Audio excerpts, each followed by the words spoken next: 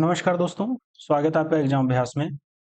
हम लोग समीक्षा अधिकारी की घटना चक्र की जो पूर्वावलोकन है, वो हम कवर कर रहे हैं, जो नई अभी रिलीज हुई है 2025 की, वो हम कवर कर रहे हैं। जिसमें टॉपिक वाइज कवर कर रहे हैं। सबसे पहले हम लोग जो भारत का इतिहास है, उसके topic wise previous year questions cover कर रहे हैं, जिसमें हम लोगों ने यहाँ तक हम लोगों ने कवर कर लिया था। बाकी अगला टॉपिक जो है वो गुप्त एवं गुप्तोत्तर युग है। इस टॉपिक का जो हमारा पहला क्वेश्चन है, वो है समुद्रगुप्त के प्रयाग प्रशस्त वाले स्तंभ पर निम्नलिखित में किसका लेख मिलता है? तो जहांगीर का लेख मिलता है। ये 2016 का क्वेश्चन आया हुआ है। तो समुद्रगुप्त के जो प्रयाग प्रशस्त वाले स्तंभ हैं, उस पे जहांगीर का लेख मिलता है। प्रयाग प्रशस्त समुद्रगुप्त के विषय में जानकारी का एक महत्वपूर्ण स्रोत है।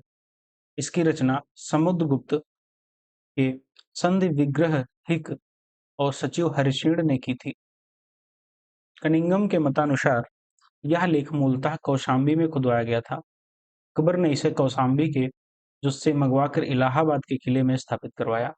इस पर जहांगीर का एक लेख, रानी का अभिलेख एवं अशोक द्वारा कौशाम्बी के महापात्रों पर को संघ भेद रोकने के निर्देश भी उत्कीर्ण हैं। चलिए अगला क्वेश्चन है, शक विजेता किसे जाना जाता है? तो चंद्रगुप्त द्वितीय को जाना जाता है शक विजेता के रूप में। गुप्त सम्राट चंद्रगुप्त द्वितीय विक्रमादित्य को शक विजेता कहा जाता है। पश्चिम भारत के अंतिम शासक रुद्र सिंह थर्ड को चंद्रगुप्त द्वितीय विक्रमादित्य ने परास्त कर पश्चिमी भारत के शक सत्ता का उन्मूलन कर दिया था। शकों को हराने के कारण जो विक्रमादित्य हैं की एक अन्य उपाधि जो थी वो सकार्य भी है। इस उपलक्ष्य में उनके चांदी के सिक्के भी चलवाए गए थे। चलिए अगला क्वेश्चन है, इस अभिलेख से ज्ञात होता है कि स्कंदगुप्त ने हूणों को पराजित किया था। तो जो भीतरी का स्तंभ लेख है, उससे ज्ञात होता है कि चंद्र स्कंदगुप्त ने हूणों को पराजित किया था। उत्तर प्रदेश के गाजीपुर जिले के सैदपुर तहसील में भीतरी नामक स्थान से भीतरी स्तंभ लेख मिला है। इसमें हूणों के साथ स्कंदगुप्त के युद्ध का वर्णन मिलता है। उल्लेखनीय है कि हूणों को पहला भारतीय आक्रमण गुप्त सम्राट स्कंदगुप्त के शासनकाल में हुआ, जिसमें स्कंदगुप्त से बुरी तरह पराजित हुए। चलिए अगला क्वेश्चन है, रजत सिक्के जारी करने वाला प्रथम गुप्त शासक कौन था? तो ये था चंद्रगुप्त द्वितीय। रजत सिक्के जारी करने वाला प्रथम गुप्त शासक चंद्रगुप्त द्वितीय अथवा विक्रमादित्य था, जिसको गुप्त काल में रुपयक या रूपक कहा जाता था। गुप्त स्वर्ण मुद्रा को कहा जाता था, तो दिनार कहते थे। गुप्त काल में जो स्वर्ण मुद्रा थे उसको दिनार कहते थे। गुप्त काल में स्वर्ण मुद्रा को दिनार कहा जाता था और रजत सिक्कों को गुप्त काल में रुपयक या रूपक कहा जाता था। अगला क्वेश्चन है, मंदसौर प्रशस्त किस शासक की उपलब्धि का विवरण प्रस्तुत करता है? तो कुमारगुप्त फर्स्ट का जो विवरण है वो मंदसौर प्रशस्त जो उपलब्ध है उसका विवरण प्रस्तुत करता है। चलिए कुमारगुप्त फर्स्ट की जो उपलब्धियां हैं वो मंदसौर प्रशस्त में विवरण में प्रस्तुत हैं। चलिए कुमारगुप्त फर्स्ट का जो समकालीन वत्स भट्ट एक स्थानीय कवि था। उसने मालवा में मंदसौर प्रशस्त की रचना की थी। मंदसौर प्रशस्त कुमारगुप्त फर्स्ट की जो उपलब्धियां हैं उनका विवरण है। इस प्रशस्ति में तंतुवाय श्रेणी संगठन का वर्णन किया गया है। वहीं साथ ही मंदिर के वर्णन से उस नगर में प्रचलित सूर्योपासना की धार्मिक भावना को तथा मालवा में प्रचलित शिखर युक्त प्राचीन मंदिरों की वास्तुगत विशेषताओं का भी निरूपण किया गया है। चलिए बाकी ये जो तथ्यात्मक जो वर्नाइलर दिए गए हैं, ये जो हमारा टॉपिक कंप्लीट हो जाएगा, हिस्ट्री का पूरा कंप्लीट एक सब्जेक्ट हो जाएगी, तब हम लोग सभी जो हिस्ट्री के तथ्य हैं उनको हम लोग एक साथ देख लेंगे। एक जो क्लास है उसकी एक बना ली जाएगी अलग से। चलिए पहले हम लोग प्रीवियस ईयर क्वेश्चंस को कवर करते हैं। अगला टॉपिक क्वेश्चन है, निम्न में कौन गुप्तकालीन प्रशासनिक विभाजन का सही अनुक्रम है? तो भुक्त, विषय, बीथ और ग्राम। ये इंपॉर्टेंट क्वेश्चन है, 2023 में प्रीवियस ईयर क्वेश्चन में पूछा गया था। चलिए अगला क्वेश्चन है, तीसरी शताब्दी में वारंगल जो है वो प्रसिद्ध था किसके लिए? तो लोहे के जो यंत्र हैं, करण है, तो इसके लिए प्रसिद्ध था। तीसरी शताब्दी में वारंगल है वो लोहे के यंत्रों उपकरणों हेतु प्रसिद्ध था। अगला क्वेश्चन है, योग के आविष्कारक कौन थे? तो पतंजलि योग के आविष्कारक थे। महर्षि पतंजलि को योग दर्शन का प्रतिस्थापक आचार्य माना जाता है। स्थापक आचार्य माना जाता है किसको? तो महर्षि पतंजलि। यद्यपि भारतीय परंपरा में योग साधना का इतिहास अत्यंत प्राचीन है, उपनिषद, महाभारत, भागवत गीता, जैन और बौद्ध मतों से योग संबंधी क्रियाओं का विवेचन प्राप्त होता है, किंतु सर्वप्रथम महर्षि पतंजलि ने ही सुसंबद्ध दार्शनिक सिद्धांत के रूप में योग विवेचन किया था, इसलिए इन्हें योग दर्शन का प्रणेता भी कहा जाता है। चलिए अगला क्वेश्चन है, मीमांसा के प्रणेता थे कौन थे? मीमांसा के प्रणेता तो जैमिनी थे।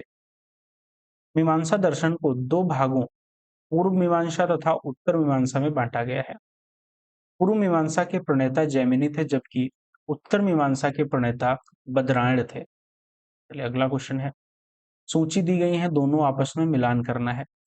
बल्लभाचार्य जो बल्लभाचार्य थे वो पुष्टि मार्ग से संबंध रखते थे। रामानुज थे वो विशिष्ट द्वैता जो विशिष्टाद्वैत थे उससे संबंध रखते थे। माधवाचार्य रखते थे आपका द्वैतवाद से, और शंकर जो थे वो अद्वैतवाद से संबंध रखते थे। इसका ऑप्शन सी करेक्ट हो जाएगा। चलिए, गुर्जर प्रतिहार वंश की स्थापना किसने की थी? तो नागभट्ट प्रथम ने गुर्जर प्रतिहार वंश की स्थापना की थी। अग्निकुल के राजपूतों का सर्वाधिक प्रसिद्ध वंश प्रतिहार वंश था। गुर्जरों की शाखा से संबंधित होने के कारण इतिहास में इसे गुर्जर प्रतिहार वंश के नाम से भी जाना जाता है।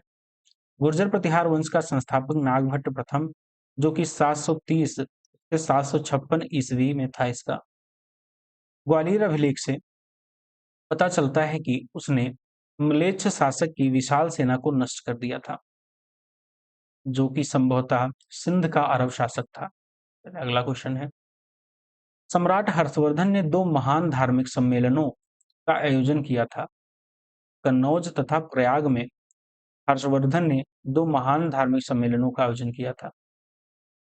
अन्य धर्मों की अपेक्षा महायान संप्रदाय बौद्ध धर्म की उत्कृष्टता सिद्ध करने के लिए हर्ष ने कन्नौज में विभिन्न धर्मों एवं संप्रदायों के आचार्यों की एक विशाल सभा बुलाई थी। चीनी साक्ष्यों के अनुसार इस सभा में 20 देशों के राजा अपने देशों के प्रसिद्ध ब्राह्मणों, श्रमणों, सैनिकों, राजपुरुषों आदि के साथ उपस्थित हुए थे। इस सभा की जो अध्यक्ष थे जो की थी जिन्होंने, वो हेन सांग ने की थी। चलिए अगला क्वेश्चन क्या है, इसमें क्वेश्चन और पूछा जाता है कि वर्ष प्रयाग में संगम क्षेत्र में एक समारोह का आयोजन किया था, जो समय प्रति 5वें वर्ष में, जिसे हम महामोच परिषद कहा जाता है। अगला क्वेश्चन देखेंगे, इसमें विदेशी यात्री बताए गए हैं, एक तरफ भारत भ्रमण वर्ष बताया गया है। ये 2021 में पूछा गया क्वेश्चन है। तो फाहियान जो भारत भ्रमण का काल है केवल 10 वर्ष का था। कौन सा था?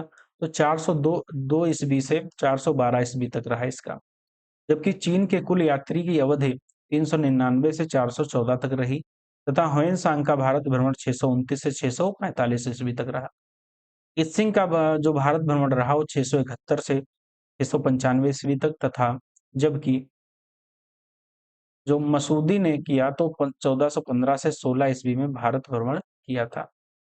चलिए अगला क्वेश्चन देखेंगे हम, निम्नलिखित में कौन सी जो सही सुमेलित है, कौन सही सुमेलित नहीं है बताना है। कौन सुमेलित नहीं है ये बताना है। ठीक है, तो बताना है कौन सुमेलित नहीं है।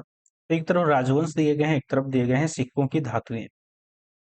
तो आपका सुमेलित कौन सा नहीं है? तो सातवाहन जो था वो स्वर्ण से संबंधित नहीं है। बाकी आपका कुषाण स्वर्ण एवं ताम्र से संबंधित है। उनके समय पे सिक्के जो चलते थे स्वर्ण के चलते थे और ताम्र के चलते थे।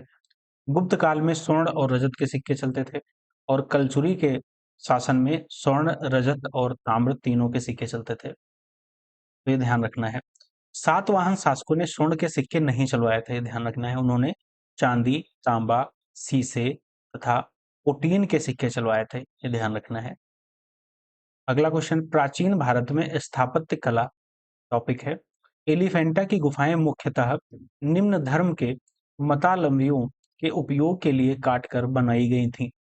तो शैव धर्म के जो मतावलंबी थे उनके लिए काटकर बनवाई गई थी।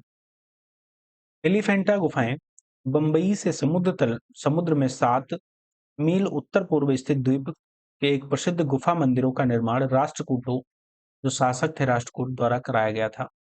यहाँ से कुल 7 गुफाएं प्राप्त हुई, जिनमें 5 गुफाओं में हिंदू धर्म, मुख्यतः शैव धर्म से संबंधित है, तथा साथ ही यहाँ 2 बौद्ध गुफाएं भी हैं। इन गुफाओं का जो निर्माण है 5वीं से 6वीं शती ईस्वी में माना जाता है। अगला क्वेश्चन है, एलोरा के कैलाश मंदिर का जो निर्माण है किसने कराया था?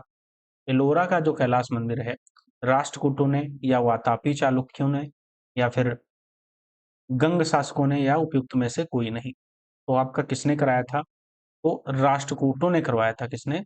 राष्ट्रकूटों ने एलोरा कैलाश मंदिर का निर्माण कराया था। चलिए अगला क्वेश्चन देखेंगे इसमें, किस धर्म को राष्ट्रकूटों का संरक्षण प्राप्त था? तो जैन धर्म का राष्ट्रकूटों को संरक्षण प्राप्त था। राष्ट्रकूट शासकों के समय वैसे तो ब्राह्मण धर्म का महत्व था, किंतु ब्राह्मण धर्म की तुलना में जैव धर्म, जो जैन धर्म का प्रचार प्रसार अधिक था, तथा इसे राजकीय संरक्षण भी प्राप्त था। राष्ट्रकूट शासक अमोघ वर्ष के गुरु जैनाचार्य जिनसेन थे, जिन्होंने आदि पुराण की रचना की। उस समय शासकों तथा सामंतों के साथ साथ सेनापति पदों पर भी अनेक जैन धर्म अनुयायी जो थे उनकी नियुक्ति की जाती थी। अगला क्वेश्चन है, 2 सूचियां हैं उनको मिलान करना है। स्तूप, चित्रकारी, कनिष्क की सिर विहीन मूर्ति और दशावतार मंदिर। तो इसमें बताना है स्तूप। स्तूप आपका सांची हो जाएगा, सांची का स्तूप हो जाएगा। चित्रकारी, तो चित्रकारी आपकी बाघ की हो जाएगी। और कनिष्क की जो सर विहीन की मूर्तियां हैं वो आपकी कहाँ मिली हैं? तो आपकी मिली हैं मथुरा में। और दशावतार मंदिर है आपका देवगढ़ में। तो ऑप्शन बी इसका करेक्ट आंसर हो जाएगा। अगला क्वेश्चन देखेंगे, इसमें 2 सूचियां दी गई हैं और मिलाना है। एक तरफ स्थान दिए गए हैं, एक तरफ उनकी स्मारक दिए गए हैं। एलिफेंटा की जो स्थान है, एलिफेंटा में क्या है? तो एलिफेंटा में आपको गुफा देखने को मिलेंगी। तो एक आपका 3 हो जाएगा। श्रवण बेलगोला में क्या आपको देखने को मिलेगा? तो कौन सा स्मारक आपको देखने को मिलेगा? तो वहां मूर्तियां मिलेंगी। खजुराहो में आपको मंदिर मिलेंगे और सांची आपको स्तूप। तो इसमें ऑप्शन क्या हो जाएगा? ऑप्शन बी इसका करेक्ट आंसर हो जाएगा। एलिफेंटा कहाँ है? तो महाराष्ट्र में स्थित है। यहाँ के से प्राचीन गुफाओं के साक्ष्य प्राप्त हुए हैं। श्रवणबेलगोला कर्नाटक में स्थित है। यहाँ गोमतेश्वर की प्रसिद्ध मूर्ति का निर्माण चामुंडराय ने कराया था। खजुराहो के मंदिर समूह मध्य प्रदेश में स्थित है, जो कि चंदेल शासकों द्वारा निर्मित है। सांची स्तूप का निर्माण अनेक शासकों ने करवाया था। यहाँ भी मध्य प्रदेश में स्थित है। यह कहाँ मध्य प्रदेश में स्थित है? सूची 1 और सूची 2 को मिलान करना है कि में ऐतिहासिक स्थल दिए गए हैं, एक तरफ में राज्य दिए गए हैं। भीमबेटका, सोर टेम्पल, हम्पी और मानस। ठीक है, तो बताना है कौन किस राज्य में स्थित है। तो आपका हम्पी कहाँ पड़ेगा? हम्पी आपका कर्नाटक में है, और मानस आपका असम में है, और सोर टेम्पल आपका तमिलनाडु में है, और भीमबेटका आपका मध्य प्रदेश में है। तो ऑप्शन इसका बी करेक्ट हो जाएगा। अगला क्वेश्चन देखेंगे, 2021 प्रीवियस ईयर का है, आरओ का पूछा गया क्वेश्चन है। कानपुर उत्तर प्रदेश स्थित भीतरगांव मंदिर के संदर्भ में निम्नलिखित कथनों में कौन सा कथन सही है? तो इस मंदिर का जो निर्माण था 5वीं सदी ईस्वी ईसा पूर्व से 6वीं सदी से ठीक है के मध्य हुआ, और ईंटों के निर्मित यह भारत के प्राचीनतम मंदिरों में से एक है। तो आपका ये दोनों कथन क्या हो जाएंगे? सत्य हो जाएंगे। तो ऑप्शन सी हो जाएगा इसका करेक्ट आंसर। उत्तर प्रदेश के कानपुर नगर जिले में भीतरगांव मंदिर का निर्माण 5वीं सदी ईस्वी से 6वीं सदी ईस्वी के मध्य हुआ था। इस मंदिर का निर्माण गुप्त काल में हुआ, तथा इस मंदिर का निर्माण ईंटों के से वर्गाकार चबूतरों पर किया गया था, जिसका मुख पूर्व की तरफ है।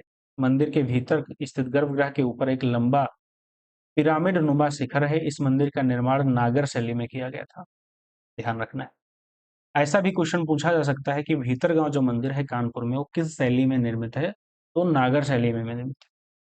अगला क्वेश्चन है, निम्नलिखित में से किसका शिखर द्रविड़ शैली में बना हुआ है? तो द्रविड़ शैली में किसका है? तो भीतरगांव मंदिर का तो नागर शैली में है, नागर शैली में है। ग्वालियर का तेली मंदिर, और आपका ग्वालियर का जो तेली मंदिर है यही आपका करेक्ट आंसर हो जाएगा। ग्वालियर का जो तेली मंदिर है, 2016 का पूछा गया क्वेश्चन है, ये आपका द्रविड़ शैली में निर्मित है। मंदिर का जो शिखर है वो द्रविड़ शैली का है, जबकि इन जो नक्काशियां हैं, मूर्तियां हैं, वो नागर शैली में बनी हैं। अगला क्वेश्चन है, महाबलीपुरम के रथ मंदिरों का निर्माण किसने करवाया था? तो हर्ष जो नरसिंह वर्मन फर्स्ट थे, उन्होंने महाबलीपुरम के रथ मंदिरों का निर्माण कराया था। चलिए अगला क्वेश्चन है, चलिए इसकी व्याख्या एक बार पढ़ लेते हैं। मामल्ल शैली का जो विकास है पल्लव शासक नरसिंह वर्मन फर्स्ट महामल्ल के काल में हुआ था। इसके अंतर्गत दो प्रकार के स्मारक बने, मंडप तथा एकास्मक मंदिर, जिन्हें रथ कहा जाता है। इस शैली में निर्मित सभी स्मारक मामल्लपुरम महाबलीपुरम में विद्यमान है।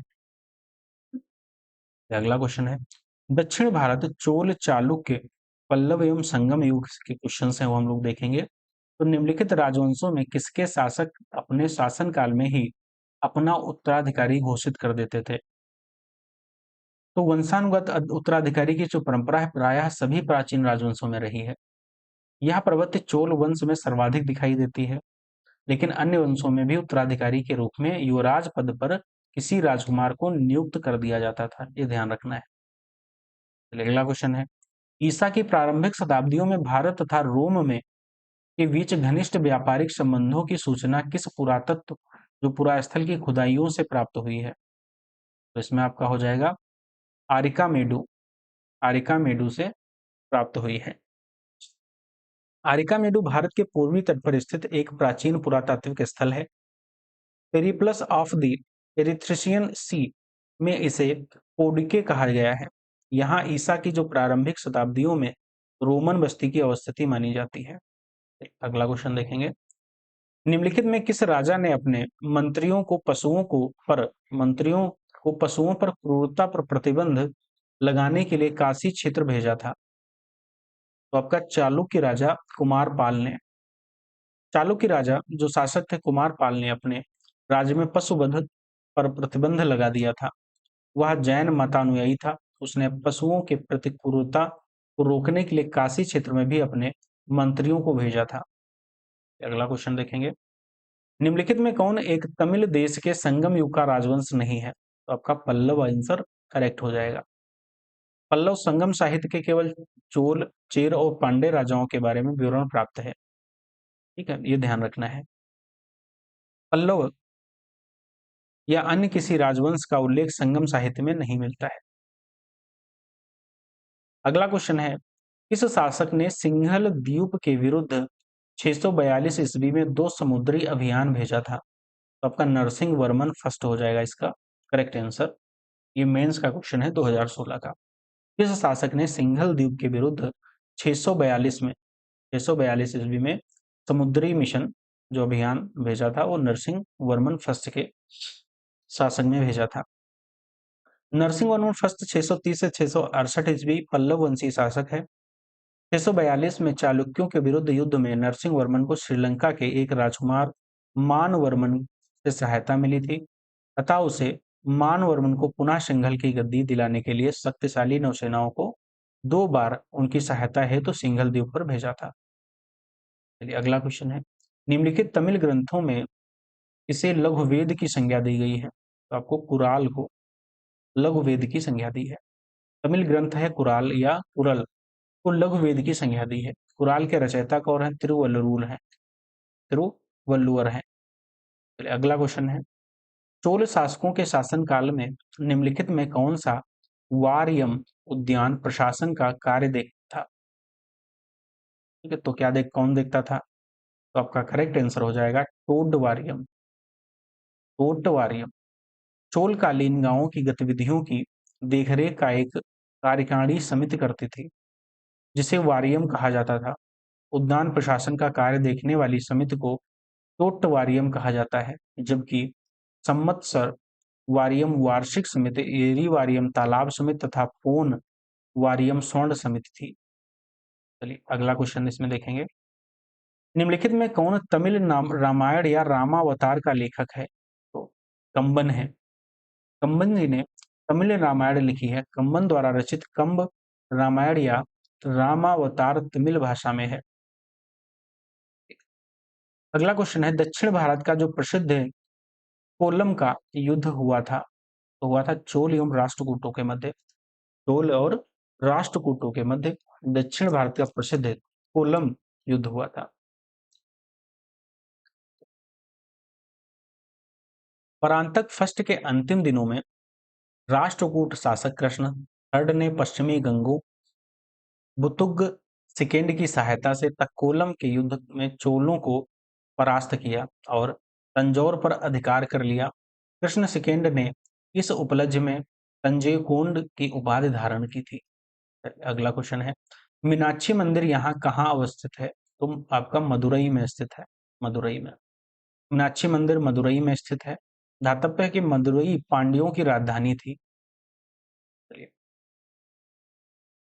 अगला है, संगम काल में प्रथम एवं द्वितीय संगम यहीं आयोजित किए गए थे, जिनकी अध्यक्षता क्रमशः ऋषि अगस्त एवं नकीरर ने की थी। अगला क्वेश्चन है, नटराज नृत्य के भगवान की मूर्ति के संदर्भ में निम्नलिखित कथनों पर विचार करना है, कौन सही है कौन सही है। तो इसमें कथन जो दिए गए हैं वो पहला कथन है, यह मूर्ति नृत्य करते हुए 4 हाथों वाले शिव का प्रतिनिधित्व करती है।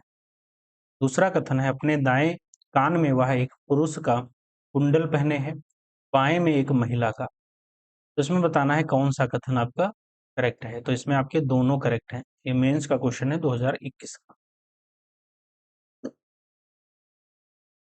चलिए, तो भगवान शिव की नटराज मुद्रा है मूर्ति नृत्य करते हुए 4 हाथों वाले शिव का एक प्रतिनिधित्व करती है। इस मूर्ति में उनके ऊपरी दाएं हाथ में डमरू सृजन का प्रतीक है और ऊपरी बाएं हाथ में अग्नि विनाश का प्रतीक है। उनका दूसरा दाहिना हाथ अभय मुद्रा प्रदर्शित करता है, जबकि दूसरा बायां हाथ उनके उठे हुए बाएं पैर की ओर इशारा कर रहा है, जो कि मोक्ष मार्ग का प्रतीक है। नटराज की इस मूर्ति में शिव को अर्धनारीश्वर के रूप में दाहिने कान में पुरुष का कुंडल और बाएं कान में महिला का कुंडल पहने प्रदर्शित किया गया है। चलिए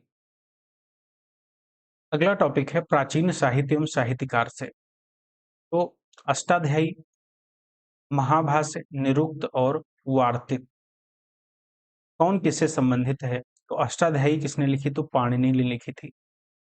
महाभाष्य किसने लिखा? तो ये पतंजलि ने लिखा था। निरुक्त किसने लिखा? तो आपका यास्क ने लिखा था। और वार्तिक किसने? कात्यायन ने लिखा था। ऑप्शन ए इसका करेक्ट आंसर हो जाएगा। चलिए अगला क्वेश्चन है, दरबारी कवि हैं और एक तरफ राजा दिए गए हैं। अमीर खुसरो किसके दरबारी कवि थे? तो ये थे अलाउद्दीन खिलजी के दरबारी कवि थे। कौन? अमीर खुसरो। कालिदास किसके दरबारी कवि थे? तो ये थे आपके चंद्रगुप्त द्वितीय के। हरिशेण हरिशेण थे हर्षवर्धन के और बाणभट्ट थे समुद्रगुप्त के। तो ऑप्शन क्या हो जाएगा इसका? एक minute sorry sorry sorry sorry Harishena थे समुद्रगुप्त के और बाणभट्ट थे हर्षवर्धन के। ये ध्यान रखना है, हर्षवर्धन के। तो ऑप्शन ए हो जाएगा, ऑप्शन बी हो जाएगा इसका करेक्ट आंसर। ठीक, चलिए तो इसकी जो कृतियां हैं वो भी हम लोग देख लेते हैं। जैसे अमीर खुसरो अलाउद्दीन खिलजी के दरबारी कवि थे। इनकी जो प्रमुख रचनाएं हैं वो तारीख अलाई, किरान उस्सादैन, असीका, मिफ्ता उल फुतूह आदि हैं। कालिदास चंद्रगुप्त द्वितीय के दरबारी कवि थे। इन्होंने माल विकाग्निमित्रम, ऋतुसंहारम, मेघदूतम और कुमार शंभुवम, अभिज्ञान शाकुंतलम आदि की रचना की है। प्रयाग प्रसिद्ध के रचयिता हरिशेण, समुद्रगुप्त तथा कादम्बरी एवं हर्षचरित के रचनाकार बाणभट्ट हर्षवर्धन के कवि दरबारी कवि थे।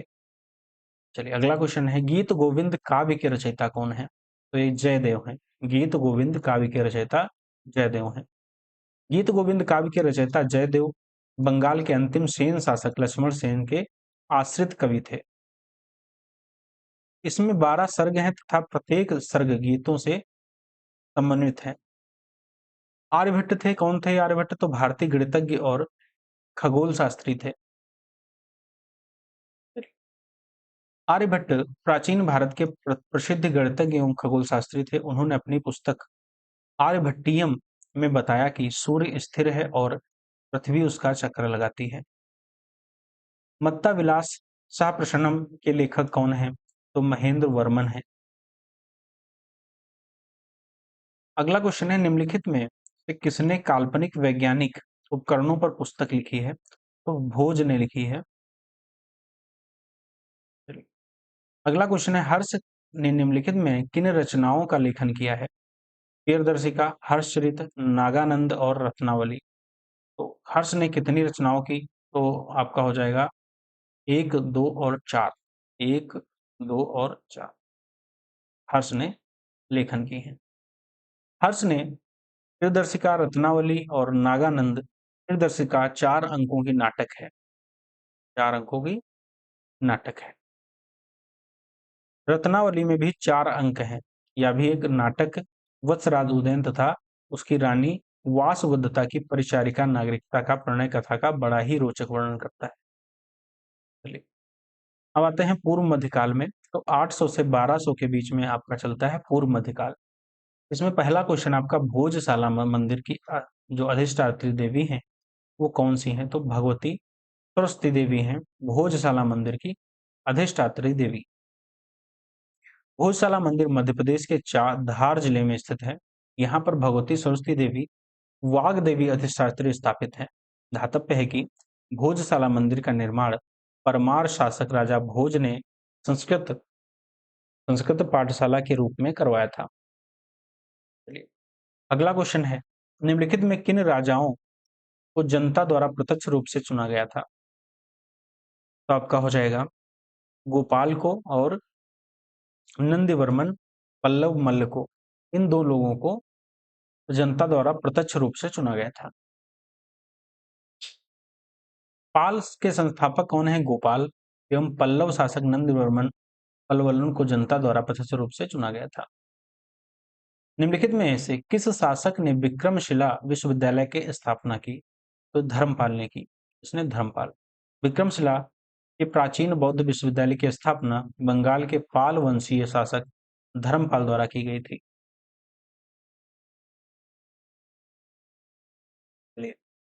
वह एक उत्साही बौद्ध था। अपने लेखों में उसने परम सौगात कहा। लेखों उसके जो लेखों में उसे परम सौगात कहा गया है।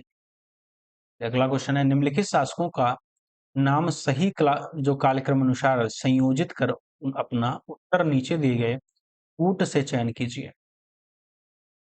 तो आपका सबसे पहले शासक जो आए वो है आपका यशोवर्मा, फिर धंग, फिर विद्याधर, फिर कीर्ति वर्मा। तो पहला इसमें करेक्ट आंसर हो जाएगा। गुर्जर प्रतिहार शासकों में किसकी उपाधि आदिवराह थी? तो मिहिर भोज की जो उपाधि थी वो आदिवराह थी। मिहिर भोज गुर्जर प्रतिहारों का सर्वाधिक शक्तिशाली शासक था। वह वैष्णव जो धर्मानुयायी तथा उसने आदिवराह एवं प्रभास जैसी उपाधियां धारण की थी। अगला क्वेश्चन है, कश्मीर के शासक जैन उल आबिदीन का वास्तविक नाम क्या था? तो था शाही खां। क्या था? शाही खां। 1420 ईस्वी में अली शाह का भाई शाही खां जैन उल आबिदीन के नाम से कश्मीर सिंहासन पर बैठा था। चलिए अगला क्वेश्चन है, निम्नलिखित में कौन सही सुमेलित नहीं है? पूर्व मध्यकाल, उत्तर वर्तमान स्थिति दी गई है, प्रदेश के शहर दिए गए हैं। तो आपका कौन सा सम्मिलित नहीं है? तो जो जेजाक भुक्ति है उसे बुंदेलखंड को कहा जाता है। किसको? बुंदेलखंड को। बाकी कोइल, अलीगढ़, महोत्सव नगर, महोबा, महोदय श्री, कन्नौज को कहा जाता है। अब हमारा अगला जो आता है टॉपिक, प्राचीन भारत हमारा समाप्त हो जाता है। मध्यकालीन भारतीय इतिहास के जो प्रीवियस ईयर क्वेश्चन है वो हम लोग कवर करेंगे इसमें। फिर आएगा हमारा जो आधुनिक भारत का इतिहास है उसके प्रीवियस ईयर क्वेश्चंस कवर करेंगे। उसके बाद जो है तथ्यात्मक जो नोट्स हैं वो हम सभी तथ्यात्मक नोट्स कंप्लीट कवर करेंगे, जो इतिहास के सारे हैं हो जाएंगे, वो एक क्लास में कंप्लीट हो जाएंगे। तो इसमें पहला मध्यकालीन इतिहास में जो पहला हमारा क्वेश्चन है वो शाहनामा लेखक फरिश्ता किसके दरबार से संबंधित था? किसके दरबार से? तो दिया गया जो प्रश्न है त्रुटिपूर्ण है, क्योंकि शाहनामा का जो लेखक है फरिश्ता ना होकर फिरदौसी, कौन है? फिरदौसी है। यह महमूद गजनवी के दरबार का प्रसिद्ध विद्वान कवि था। तो इसमें ऑप्शन क्या हो जाएगा? बी करेक्ट हो जाएगा। फिरदौसी यहाँ पे हो जाएगा, फिरदौसी। ठीक, ये ध्यान रखना है। चलिए, निम्नलिखित में से किस सुल्तान ने साम्राज्य की सीमाओं की जो सुरक्षा है तो एक विशेष सेना को नियुक्त किया था? तो किसने किया था? तो अलाउद्दीन खिलजी ने एक विशेष सेना की नियुक्ति की थी। अलाउद्दीन खिलजी ने साम्राज्य की सीमाओं की सुरक्षा के लिए हेतु विशेष सेना को नियुक्त किया था। इसने सीमा प्रांतों की सुरक्षा के लिए सैनिकों की संख्या बढ़ाने, शासन को व्यवस्थित करने हेतु सीमावर्ती किलों की मरम्मत करवाई। मंगोलों ने मार्गों पर बसे हुए अनुभवी अमीरों और फौजी सरदारों की एकताओं में भी सेना की टुकड़ियों जो टुकड़ियां थी उनको तैनात की गई थी। चलिए, अगला क्वेश्चन है, निम्नलिखित में कौन राजा मोहम्मद गौरी द्वारा चंदावर के युद्ध में पराजित किया गया था? तो आपका ऑप्शन हो जाएगा बी, करेक्ट आंसर हो जाएगा बी।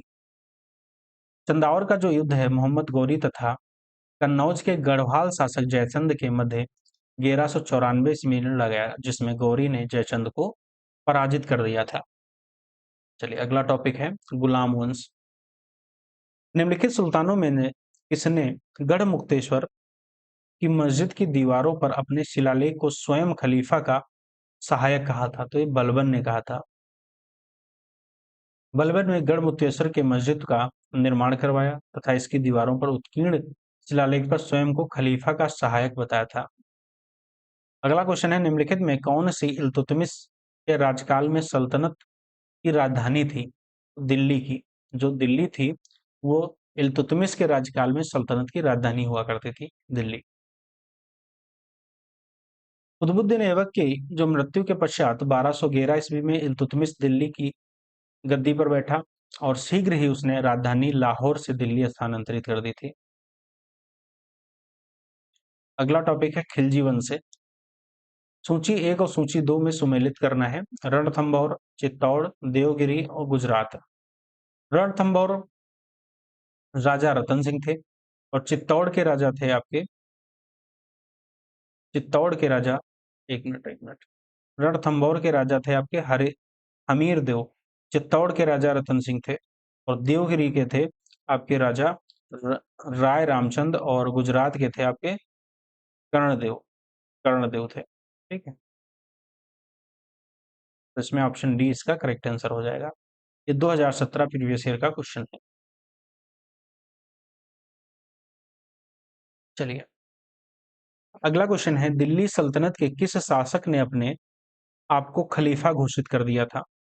तो मुबारक खिलजी ने अपने को खलीफा घोषित किया था। अलाउद्दीन खिलजी की मृत्यु के पश्चात मलिक काफूर ने मुबारक खिलजी को कैद कर लिया और कारावास में डाल दिया था।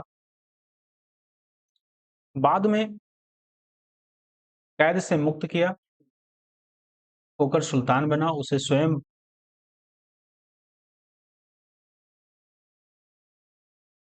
स्वयं को खलीफा घोषित कर दिया था तथा अल इमाम, उल इमाम तथा खलीफुत जो तुल्लाह की उपाधि धारण की थी। अगला कुछ टॉपिक है तुगलक वंश। निम्नलिखित में किस शासक ने दीवान ए अमीर को ही विभाग की स्थापना की? तो मोहम्मद बिन तुगलक ने अमीर ए को ही विभाग की स्थापना की। मोहम्मद बिन तुगलक ने कृषि की उन्नत के लिए एक नए विभाग दीवाने को ही अमीर को ही की स्थापना की। इस विभाग का जो मुख्य कार्य था कृषकों को प्रत्यक्ष सहायता देकर अधिक भूमि कृषि कार्य के अधीन लाना था। अगला क्वेश्चन है, बेरोजगारों की जो सहायतार्थ दिल्ली के निम्नलिखित सुल्तानों में से किसने रोजगार कार्यालय की स्थापना की? तो फिरोज शाह तुगलक ने रोजगार कार्यालय की स्थापना की थी। फिरोज शाह तुगलक ने साम्राज्य जन की भलाई के लिए कुछ परोपकार किए, नियुक्ति के लिए एक रोजगार दफ्तर खोलकर तथा प्रत्येक मनुष्य के गुण एवं योग्यता की पूरी जांच पड़ताल के बाद यथासंभव अधिक से अधिक लोगों को नियुक्त देकर उसने बेरोजगारी की समस्या को हल करने का प्रयास किया। अगला क्वेश्चन है, सर्वप्रथम लोक निर्माण विभाग की स्थापना किसने की थी? तो फिरोज शाह तुगलक ने ही लोक निर्माण विभाग की स्थापना भी की थी। सल्तनत काल सर्वप्रथम फिरोज शाह तुगलक ने ही लोक निर्माण विभाग की स्थापना की। कहा जाता है कि फिरोज शाह ने 300 नवीन नगरों का निर्माण करवाया। उसने के द्वारा बसाए गए नगर में फतेहाबाद, हिसार, फिरोजपुर, जौनपुर, फिरोजाबाद प्रमुख थे। अगला टॉपिक है लोधी वंश। निम्नलिखित में किसने आगरा की स्थापना की? तो सिकंदर लोधी ने आगरा की स्थापना की थी। बहलोल लोधी ने अपनी मृत्यु के पहले अपने तीसरे पुत्र निजाम खां को अपना उत्तराधिकारी नियुक्त किया था, किंतु कुछ सरदारों ने इसका विरोध किया, जिसका मुख्य कारण यह था कि निजाम खां की मां जयबंद एक सुनार की पुत्री थी। कुछ शक्तिशाली सरदारों ने निजाम खां का साथ दिया और जुलाई 1489 में निजाम खां सुल्तान सिकंदर शाह के नाम से सिंहासन पर बैठा। वह लोधी वंश का महानतम शासक था।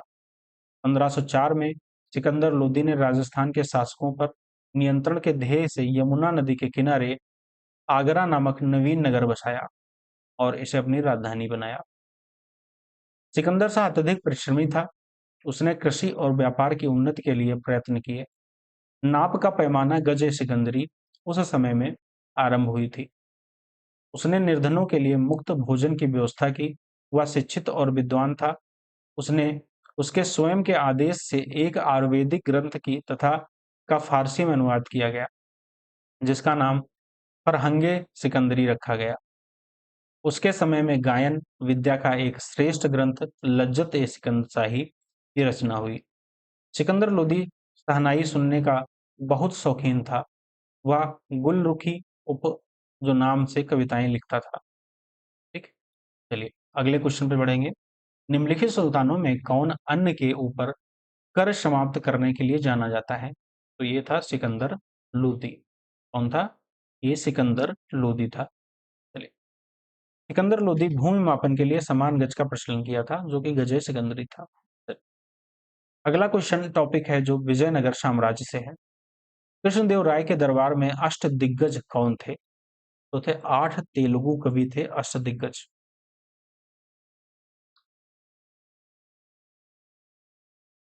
कृष्णदेव राय का जो शासनकाल विजयनगर में तेलुगु साहित्य का क्लासिकी युग माना जाता है। कृष्णदेव राय ने आंध्र भोज की उपाधि धारण की थी। उसने दरबार में तेलुगु के 8 महान विद्वान एवं कवि, जिन्हें अष्ट दिग्गज कहा जाता था। अगले क्वेश्चन पे चलेंगे। प्रसिद्ध विजयनगर शासक कृष्णदेव राय के अधीन किस साहित्य का स्वर्ण युग था? तो था तेलुगु का। अब्दुल रज्जाक विजयनगर आया था देवराय सेकेंड के राजकाल में। फारसी राजदूत अब्दुल रज्जाक विजयनगर साम्राज्य के संगम वंश के सबसे तापी शासक देवराय सेकेंड कार्यकाल, जिनका रहा 1422 से 46 के शासनकाल में विजयनगर आया था।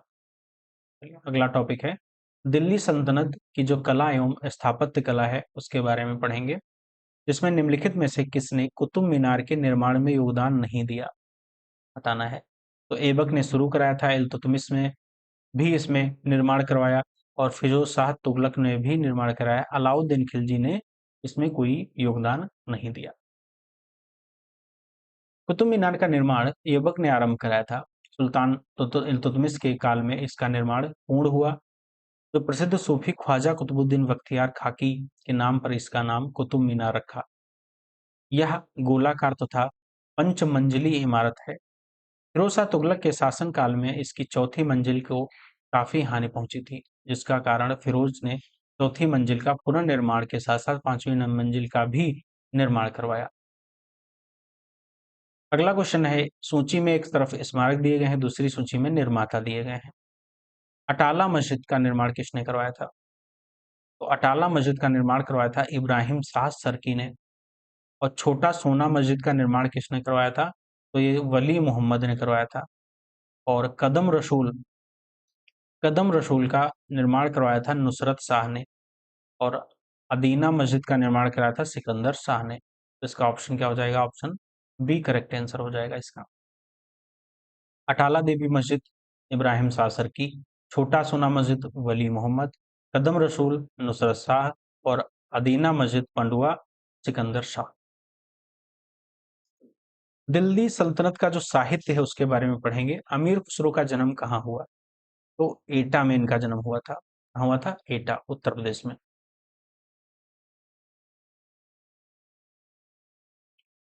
अबुल हसन यामुनुद्दीन खुसरो, जिसे प्रायः अमीर खुसरो के नाम से जाना जाता है, इनका जन्म 1253 ईस्वी में उत्तर प्रदेश के वर्तमान कासगंज जिले के पटियाली नामक स्थान पर हुआ। ऐतिहासिक विषय को लेकर उसकी पहली मनसवी ईरानुद सादेन, उसकी अन्य रचनाओं मिफ्ता उल फुतूह, खजाइन उल फुतूह, असीका, नूह सफीर और तुगलकनामा जो था वो आदि प्रमुख हैं।